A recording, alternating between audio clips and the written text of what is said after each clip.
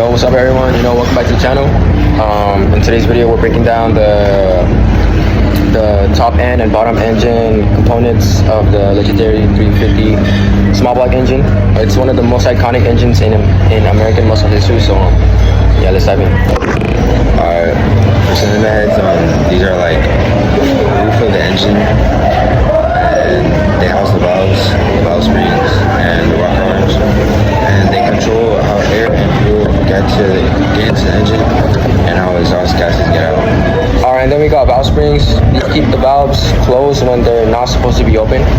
They fight back against the rocker arms to keep everything timed just right. After that, we got thin metal push rods that transfer motion from the lifters up to the rocker arms. And also the rocker arms act like they're little levers. When pushed by the push rods, they open the valve. So next part we're going to be talking about are the lifters. These sit between the camshaft and the push rods. They follow the camshaft loops that move the push rods. Hydraulic lifters adjust themselves.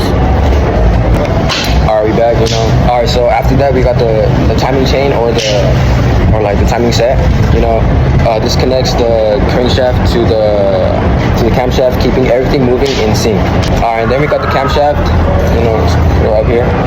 The camshaft is the brain of the valve train.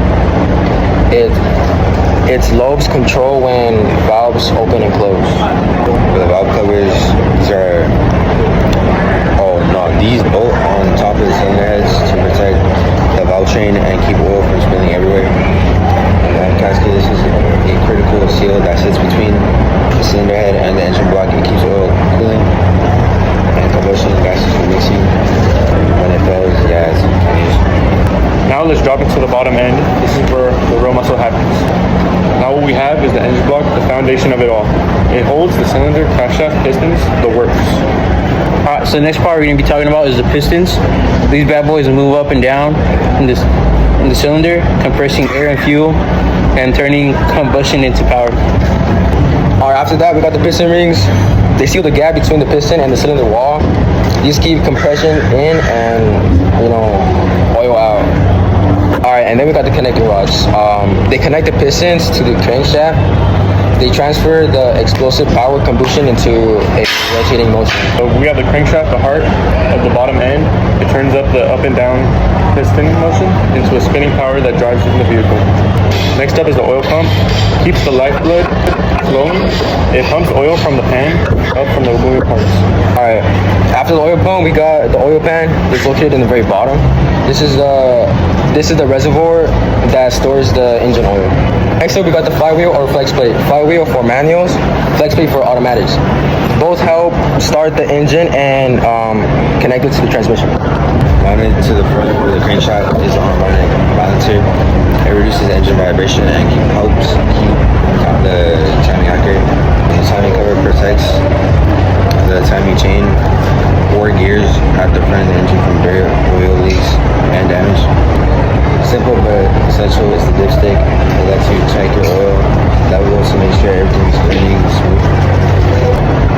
Alright, now here come some important components, which they're not part of the engine block, but they are necessary.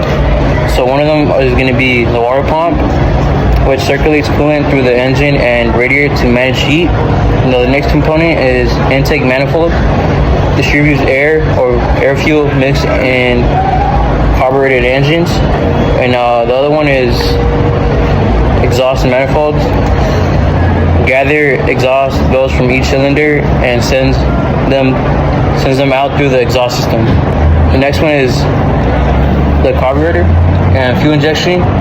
Well, they both deliver fuel, but the carburetor does it manually, and the fuel injection uses electric. The distributor sends sparks to each cylinder at just the right time for combustion. Spark plugs create the spark that ignites air fuel mixture. Spark plug wires carry high voltage electricity from the distributor to each spark plug. The thermostat regulates cooling flow based on engine temperature. The radiator transfers heat from the coolant into the air, helping the engine stay cool. And that's the full breakdown of the top and bottom and accessory components of the Chevy 350 small block engine. Whether you're rebuilding one, tuning one, or just curious how it all works, now you